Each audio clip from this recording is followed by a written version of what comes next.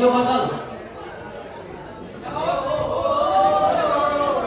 जाना घर खुसी अनि रमाइलो लाग्ने बाटो त्यही थियो, मनमा असाधारण सुगन्ध छर्ने ममताको बाटो त्यही थियो। कति नै फटे कर्म थोलो छोडी जन्म थलो सबैले, दुखी मनले घर छोड्ने जीवनको बाटो त्यही थियो।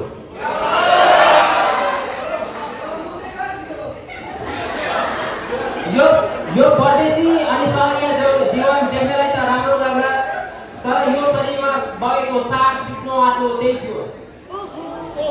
जोडिए पनि अनेकन सम्बन्ध नयाँ नयाँ आज जीवनको वास्तविक सम्बन्ध अनि नातो त्यही थियो। देशबाट टाढा रहेर कति विवाहका कुरा गर्ने, आउनु अब माया प्रेमका कुरा गरौँ।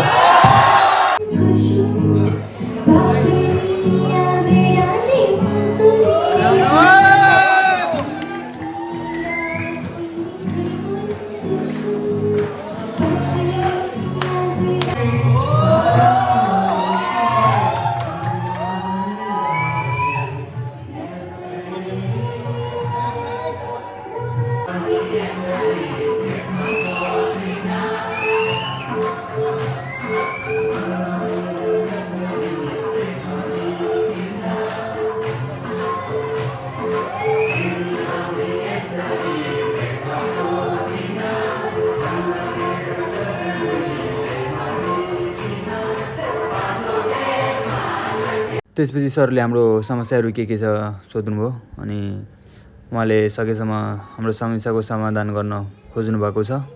अनि त्यो सुनौँ र सकेसम्म समाधान गर्ने कोसिस गरौँ भन्ने नै हो। यसरी यहाँ भिजिट गरिसकेपछि एउटा हामीलाई सुविधा के हुन्छ भने यहाँका केही क्वेसनहरू छन् स्पेसली कलेजसँग सम्बन्धित भने जुन हामीले काउन्सिलर सेवाहरू प्रदान गर्छौँ, काउन्सिलर सेवा तपाईँको डकुमेन्ट्सहरू एटेस्टेसन तपाईँहरू यहाँबाट पास आउट भएर गइसकेपछि गर्नुपर्ने त्यो एटेस्टेसनको काम कारबाहीहरू देखि लिएर कलेजहरूमा यस्तै जहाँ नेपाली विद्यार्थीहरू पढ्दै हुनुहुन्छ ती कलेजहरूसँगको कुनै उहाँहरूको कुनै कन्सर्नहरू छ भने त्योहरू राखिदिने, कलेजसँग एकदमै कम्युनिकेट गरिराख्ने हाम्रो त्यो मेन प्रायोरिटिजमै पर्छ। र त्यो सँगसँगै अरू हाम्रो यहाँले धेरै सुनि पनि सक्नुभयो होइन।